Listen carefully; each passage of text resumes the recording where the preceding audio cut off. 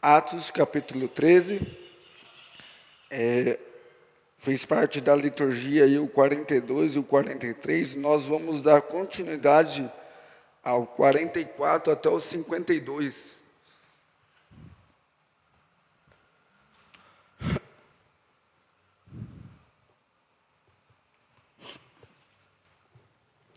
Atos 13, do 44 ao 52. A palavra do Senhor diz assim: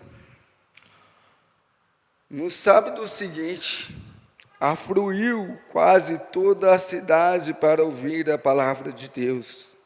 Mas os judeus, vendo as multidões, tomaram-se de inveja e blasfemando, contradizendo o que Paulo falava. Então, Paulo e Barnabé, falando ousadamente, disseram: cumpria que a vós outros, em primeiro lugar, fosse pregada a palavra de Deus. Mas posto que a rejeitaste, e a vós mesmo vos julgaste indigno da vida eterna, eis aí que nós voltemos para os gentios, porque o Senhor assim nos determinou. Eu te constituí para a luz dos gentios, a fim de que seja para a salvação até os confins da terra. Os gentios, ouvindo isso, regozijavam-se e glorificando a palavra do Senhor, e creram todos que havia sido destinado para a vida eterna. E divulgava-se a palavra do Senhor por toda aquela região, mas os judeus instigaram as mulheres piedosas de alta posição e os principais da cidade, e levaram perseguição contra Paulo e Barnabé, expulsando-os do seu território. E estes, sacudindo contra aqueles o pó dos seus pés, partiram para Icônico. Os discípulos, porém, transbordavam de alegria e do Espírito Santo. Oremos mais uma vez. Pai Santo, Pai querido, nós te louvamos, Senhor, por esse momento tão especial de poder estar aqui reunidos para te louvar e te adorar. E na beleza do teu santo nome, nós confessamos a ti, nós te adoramos, nós se sentimos perdoados em Cristo Jesus, Senhor. Nós exaltamos ao Senhor na tua santidade. Agora, Senhor, a tua palavra que foi lida, e eis aqui o teu povo, o povo que o Senhor chamou sedente para ouvir a tua voz. Que nós estamos sensíveis para ouvir a voz do teu Espírito Santo.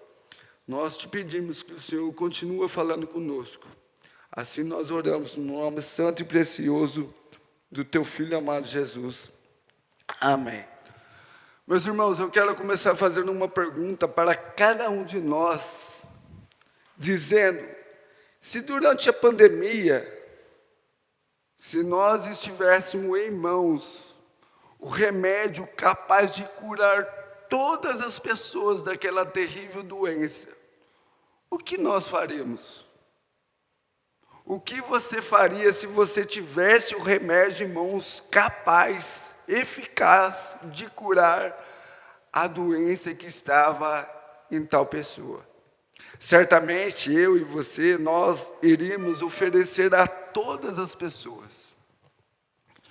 Primeiramente aos nossos familiares que se encontrassem doentes, aos amigos próximos, e também iríamos oferecer para as demais pessoas, até mesmo aos desconhecidos, porque nós não suportaríamos ver as pessoas morrendo sem esperança. Nós não ia querer ver as pessoas morrendo por causa da Covid. De fato, eu e você ia oferecer esse remédio. Meus irmãos, o Evangelho é esse remédio. O Evangelho é esse remédio. Ele não prolonga uma vida terrena, mas ele traz vida eterna. Negar esse remédio é julgar indigno as pessoas para viver uma vida eterna com Cristo. As pessoas estão morrendo ao nosso redor e nós não estamos anunciando a verdade. Nós não estamos anunciando o remédio da salvação. Nós, como igreja, não podemos guardar esse remédio, essa cura só para nós. Precisamos proclamar a Cristo a todos, sem distinção, porque sabemos que Deus salvará aqueles que foram destinados à vida eterna. Aquele a qual Ele já escolheu, determinou antes da fundação do mundo. Esta é a mensagem da salvação. Nós somos portadores desse evangelho. Nós somos embaixadores do reino de Cristo. Nós temos o remédio nas mãos.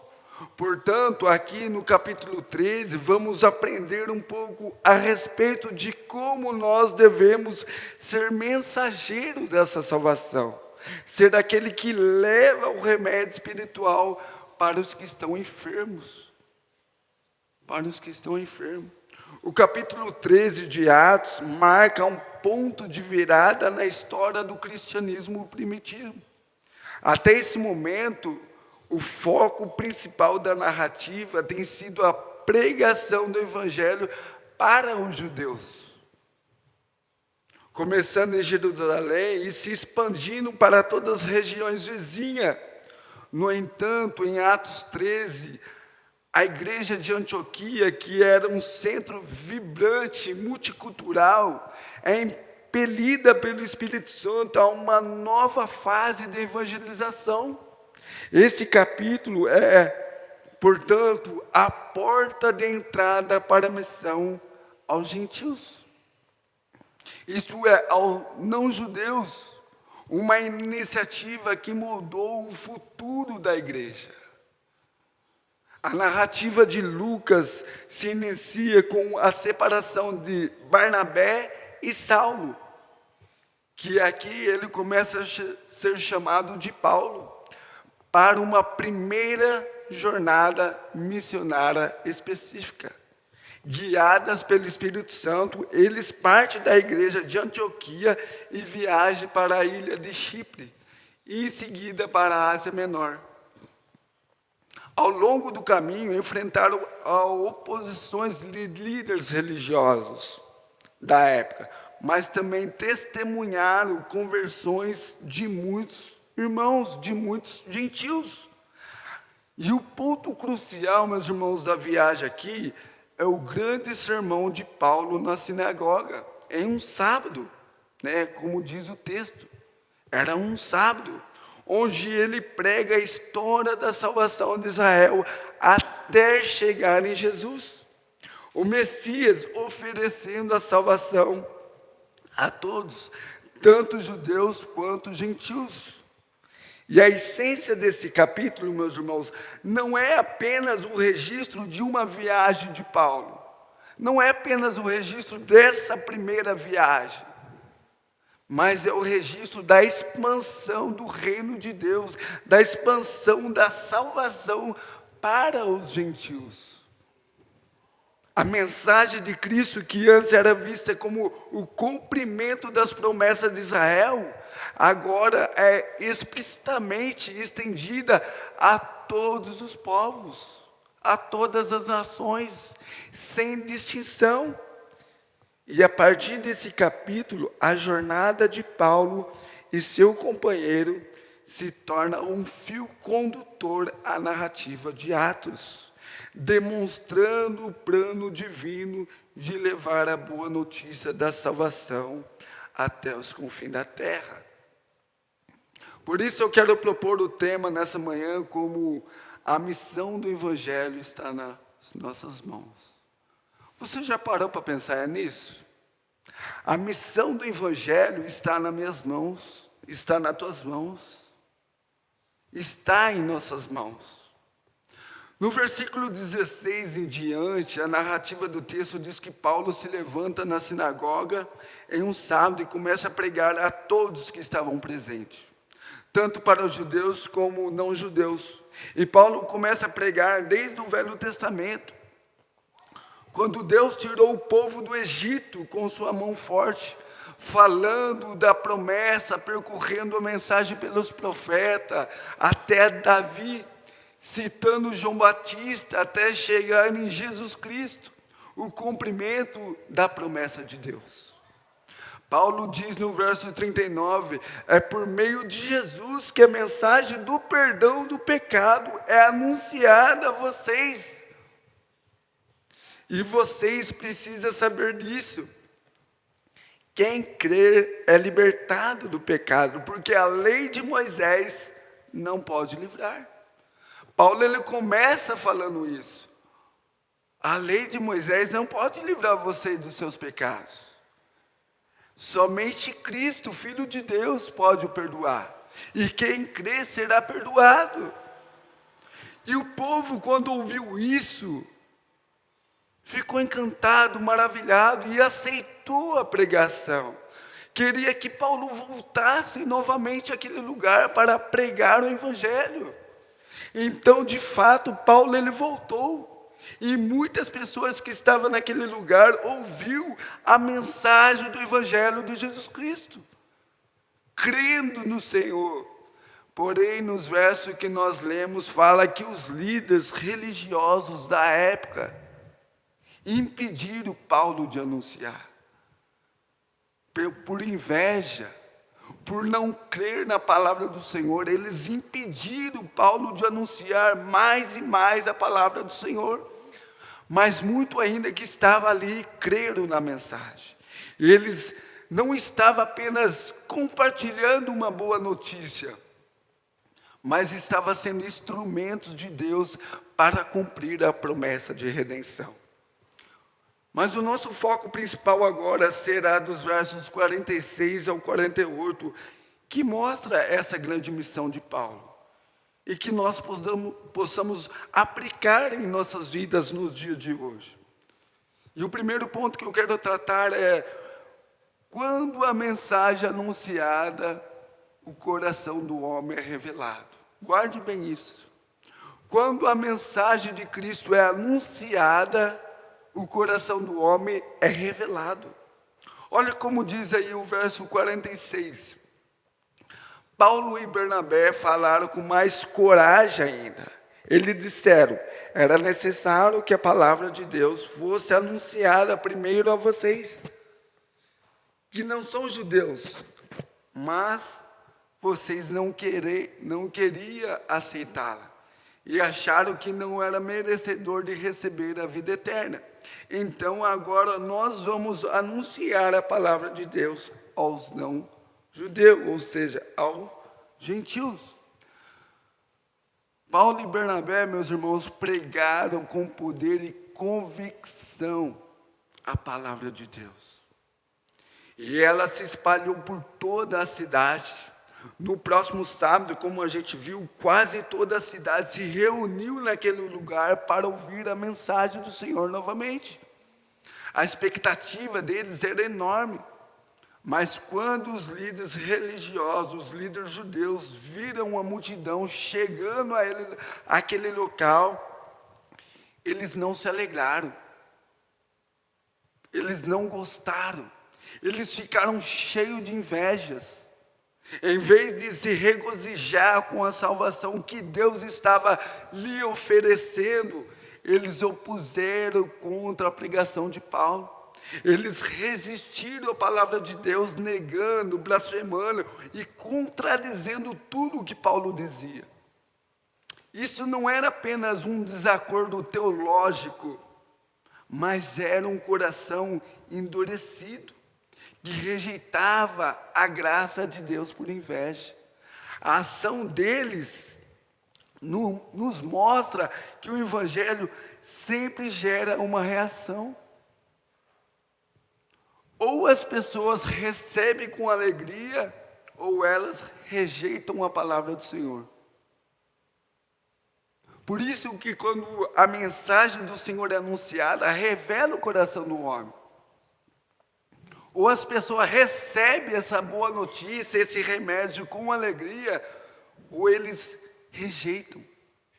João Calvino diz em seu comentário sobre esse ponto que o pecado deles não era a ignorância, mas a malícia e a obstinação.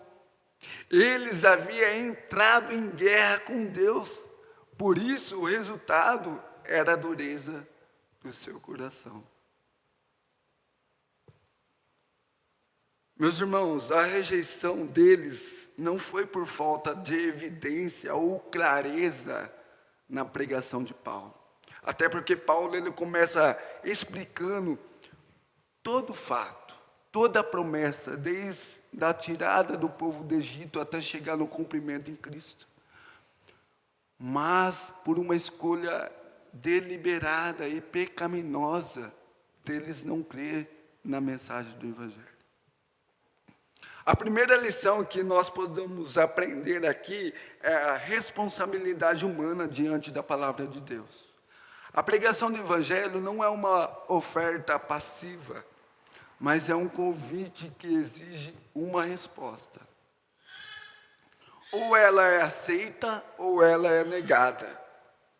E a rejeição deles não foi apenas um não a Paulo e a Barnabé, mas um não à própria vida eterna, como diz o texto. Eles colocaram em oposição de juízo ao declarar-se indigno da salvação que era lhe oferecida. O texto menciona que eles eram indignos dessa salvação, que não creram e não quiseram. Assim como esses homens que não creram na mensagem do Evangelho, ainda hoje há muitos que não creem e rejeitam essa verdade.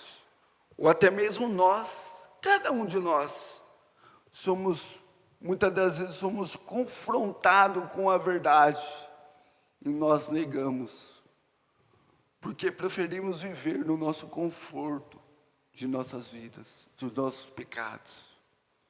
Às vezes rejeitamos a verdade, o confronto de Deus. Lembra que eu citei sobre a pandemia? Com o tempo surgiu a vacina para a Covid. E a vacina estava em todos os postos de saúde. Não era obrigado as pessoas a ir lá tomar. A vacina estava lá, mas não era obrigado. Alguns aceitaram e foram tomar a vacina, e tomaram. Outros recusaram e não tomaram. Assim é o Evangelho. Alguns creem e se alegram e recebem, já outros negam, já outros rejeitam, desprezam a verdade. Mas nós devemos sempre anunciar essa mensagem, essa verdade, mostrando o remédio para a cura da alma. Querendo aquele que aceita ou não, nós temos o remédio em mãos e devemos anunciar. Nosso dever é anunciar, nós temos o Evangelho nas mãos, nossa responsabilidade não é de forçar, mas anunciar fielmente a palavra do Senhor, a palavra de Deus, o Evangelho, e o Espírito Santo convencerá aquele que ouve. Mas eu pergunto para mim e para você nessa manhã, no dia de hoje,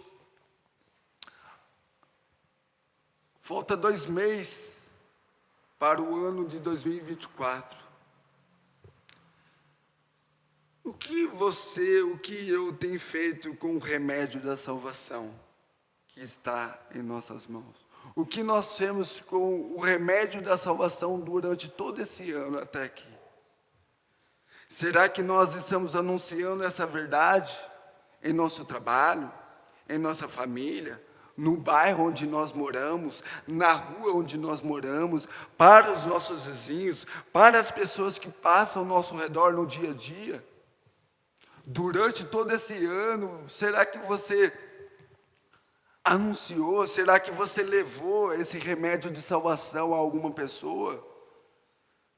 Se nós que temos essa mensagem, somos portadores do Evangelho e não estamos anunciando essa mensagem, não estamos levando esse remédio às pessoas, nós estamos pecando igualmente esses homens que negaram a verdade. Porque nós estamos negando de anunciar a verdade.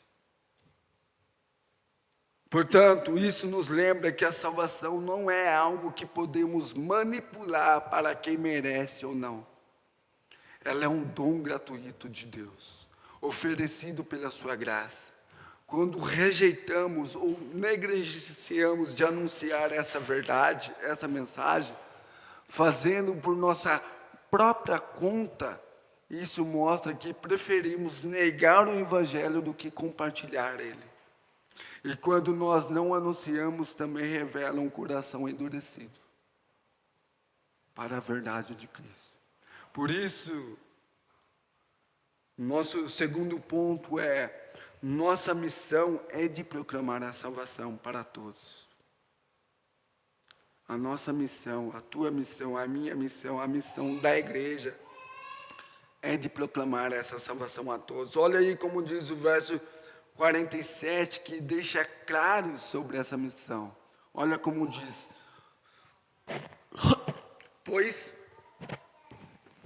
Pois essa é a ordem que o Senhor Deus deu a nós e ao seu povo. Eu coloquei você como luz para os outros povos, a fim de que você leve a salvação ao mundo inteiro, ou até os confins do mundo. Em uma outra versão vai dizer assim: eu te constituí para ser luz aos gentios, a fim de que sejas salvação até os confins da terra. Para que você leve a salvação até os confins da terra. Essa declaração, meus irmãos, é um divisor de águas. Não é um plano de última hora de Paulo, mas é o cumprimento de uma profecia do profeta Isaías, 49, verso 6. Paulo diz as mesmas palavras do profeta Isaías quando ele disse sobre Jesus Cristo, como luz da terra. E ele, como discípulo de Cristo, está cumprindo suas ordens de continuar sendo luz para todo o povo. O evangelho não ficaria limitado a um grupo de pessoas, mas se espalharia para todas as nações, raça e língua. A rejeição de alguns não anularia o plano de Deus, pelo contrário, avança para o seu cumprimento de forma ainda mais ampla.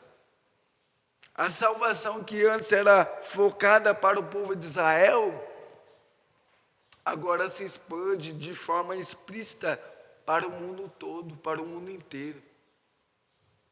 Deus usa a rejeição de alguns para manifestar a sua glória em outros. A providência divina é perfeita e soberana. Ela não falha. Ela usa a liberdade humana e a resposta pecaminosa do homem para cumprir os seus desígnios eternos. Olha que interessante. Porque enquanto uns negaram, outros rejeitaram e se alegraram com isso. Deus, ele usa a liberdade humana, a resposta pecaminosa do homem, para cumprir seus desígnios eternos em outros. O ponto central desse versículo que nós lemos aqui é: vocês são luz de salvação para os outros. O texto deixa claro que eu e você somos luz de salvação para outras pessoas. Isso não é um privilégio humano ou um mérito por nascimento, mas um ato soberano da graça de Deus agindo através de nós, agindo em cada um de nós. E a evidência da ação soberana de Deus está no que aconteceu a seguinte: os gentios, ouvindo isso, regozijavam-se e glorificaram a palavra de Deus, crendo todos quanto havia sido predestinado para a vida eterna. Isso significa, meus irmãos, aliás, isso não significa que a salvação é para os privilegiados, mas que Deus, em sua soberana graça, já preparou um povo para Ele tanto entre judeus quanto gentios, antes da fundação do mundo. Portanto, a fé não é uma causa da eleição, mas a evidência dela. O versículo deixa claro isso: e creram todos quantos havia sido predestinado para a vida eterna. E os que creram é porque Deus, em sua graça, os capacitou a crer. A salvação do início ao fim é obra de Deus. Aqui deixa claro que quando a mensagem é transmitida de forma clara, simples, as pessoas são alcançadas pela salvação, são curadas pelo remédio do Evangelho. Eles se alegraram, eles se regozijavam na palavra do Senhor, eles creram na vida eterna. Por isso, o nosso papel é de anunciar essa verdade, essa salvação, que só vem através do Filho de Deus, porque Ele é a luz do mundo. E Jesus, sendo a luz do mundo, também comissiona os seus seguidores a refletir a sua luz para outras pessoas, como luz do mundo também. Dessa forma, Cristo fez a sua promessa se aplicar ao seu povo como testemunhas até os confins da terra. Portanto, Paulo cumpriu aqui essa ordem, e assim eu e você devemos continuar cumprindo essa ordem, de sendo luz da terra. Assim como Jesus disse no Sermão do Monte, em Mateus 5, vocês são a luz do mundo. Aqui transmite a ideia que a luz serve para iluminar, e nós temos essa luz para iluminar outras pessoas, para levar a mensagem da salvação para aqueles que estão perdidos. Como eu disse, o remédio da salvação está em tuas mãos. O remédio da salvação para o enfermo espiritual está nas tuas mãos. O farol da salvação está em nossas mãos. Nós somos capacitados pelo Evangelho através de Cristo para anunciar essa boa nova, para levar esse remédio. Essa é minha e sua missão. E o que nós temos feito com essa missão? O que nós temos feito com esse remédio? Porque o versículo deixa claro isso para nós. Eu coloquei você como luz para os outros povos, a fim de que você leve a salvação até os confins da terra. Eu pergunto para mim e para você novamente: você tem levado essa salvação? Você tem sido luz de Cristo por onde passa? Você tem oferecido remédio eterno para as pessoas que estão enfermas? Pense nisso. Reflita sobre isso, porque o último ponto vai mostrar que se nós estamos, de fato, levando a salvação, oferecendo o remédio eterno, a nossa missão também é ver a alegria da salvação nas pessoas quando recebem. O versículo 48 nos dá a resposta oposta à rejeição dos líderes. Olha como diz: os gentios, ouvindo isso, regozijavam-se e glorificaram a palavra do Senhor, e creram todos aqueles que haviam sido predestinados para a vida eterna. A decisão de pregar ao gentio, meus irmãos, teve duas reações muito distintas, de pregar àquele povo: a alegria e o crescimento da igreja. A palavra do Senhor se espalhava por toda a região. A alegria dos novos convertidos, dos novos crentes, era tão profunda, mas tão profunda, que eles não se importavam com a perseguição. Eles estavam cheios de alegria, cheios do Espírito Santo. Eles não se importavam que foram perseguidos pelos líderes religiosos, mas a alegria de ter recebido a vida eterna, o perdão em Cristo Jesus, era tão grande, que eles não se importavam com mais nada, apenas se alegrar no Senhor. Essa foi a resposta dos gentios: a alegria e a adoração, a alegria e o servir A alegria de ter um Deus único e verdadeiro. Eles não apenas aceitaram a mensagem, mas glorificaram a Deus por ela. E a razão dessa aceitação é clara e poderosa. Eles foram destinados para a vida eterna. Eles foram predestinados para a vida eterna. Esse texto é uma das declarações mais claras da doutrina da eleição incondicional na vida do ser humano. A salvação não foi por mérito ou por decisão humana que precede a graça. A fé que eles exercitaram era uma resposta à graça de Deus que havia escolhido eles. Assim deve ser a cada um de nós. A nossa alegria no Senhor. A nossa alegria de estarmos reunidos aqui. Da salvação em Cristo Jesus, do perdão em Cristo Jesus, da vida eterna. A fé salvadora não é um ato humano, mas a resposta de um coração que foi preparado e regenerado pela obra soberana do Espírito Santo. A alegria deles não era por um esforço próprio ou artificial, mas era pelo reconhecimento do dom gratuito de Deus, pela vida eterna. E eu repito, dizendo novamente, a salvação é do início ao fim, obra do Senhor. Obra de Deus em nossa vida. E o texto continua dizendo que houve perseguição, expulsão pelos líderes religiosos, que teve inveja. E eles convenceram as autoridades da cidade a perseguir Paulo e Barnabé, expulsando eles daquele território. A perseguição daqueles homens, daquelas autoridades, daqueles líderes, não parou o avanço do Evangelho.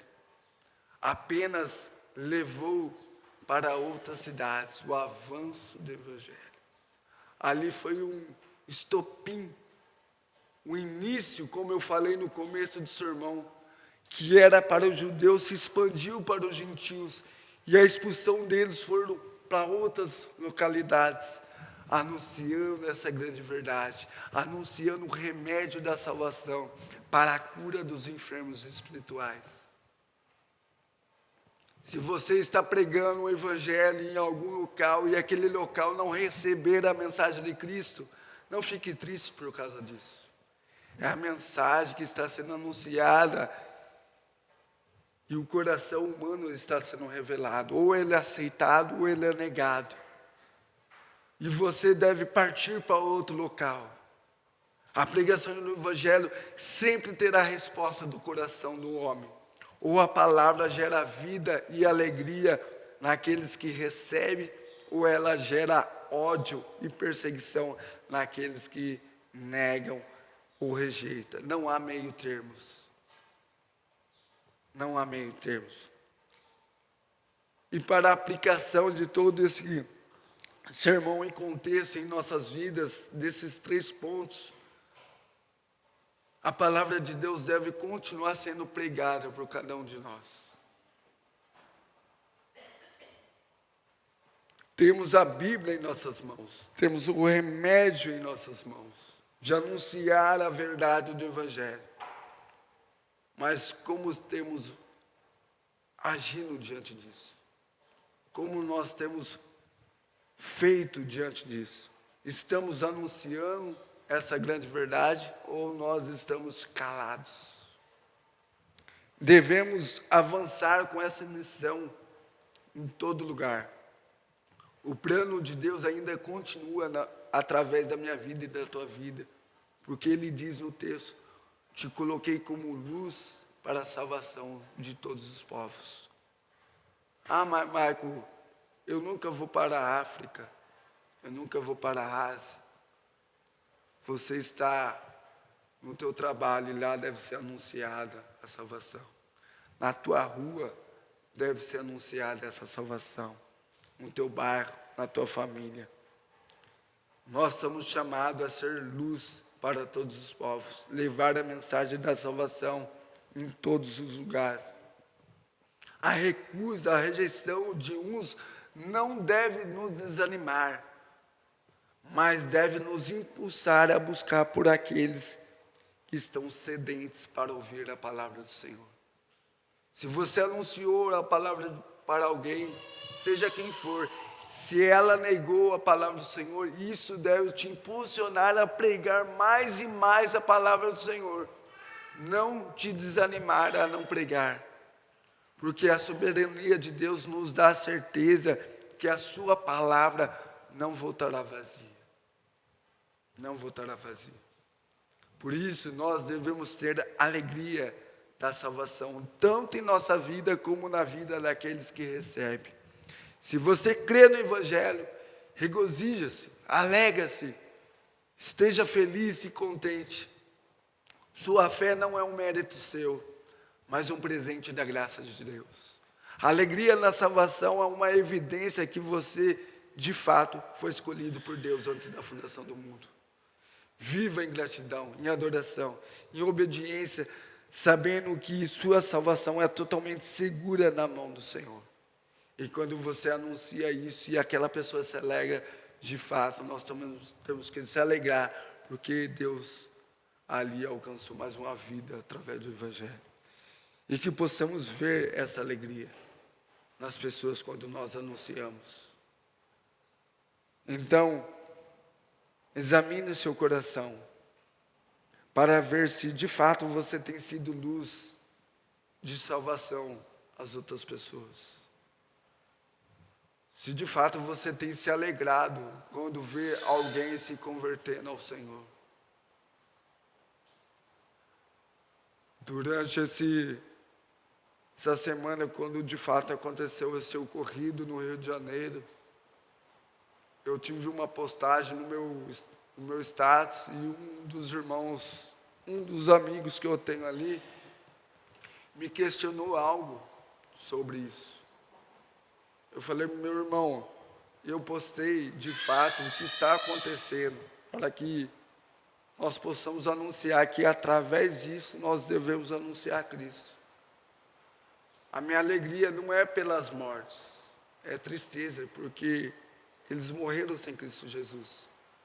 Mas de fato eu creio que todos eles que morreram, 100 e poucas pessoas, de fato teve a oportunidade de conhecer a Cristo. E realmente acredito que eles não quiseram, não aceitaram. Então minha alegria, minha tristeza, não é porque eles morreram, mas eles morreram sem a salvação em Cristo Jesus. E nós devemos anunciar para todas as pessoas. Por isso que nós devemos se alegrar quando uma pessoa se converte ao Senhor. Que possamos ser como os gentios de Antioquia, glorificando ao Senhor pela salvação. E que o nosso testemunho seja luz para as outras pessoas. Ver a alegria daqueles que foram destinados para a vida eterna, como cada um de nós. Essa deve ser a nossa missão: pregar, anunciar, levar o remédio e se alegrar com a salvação de cada um. Amém, meus irmãos?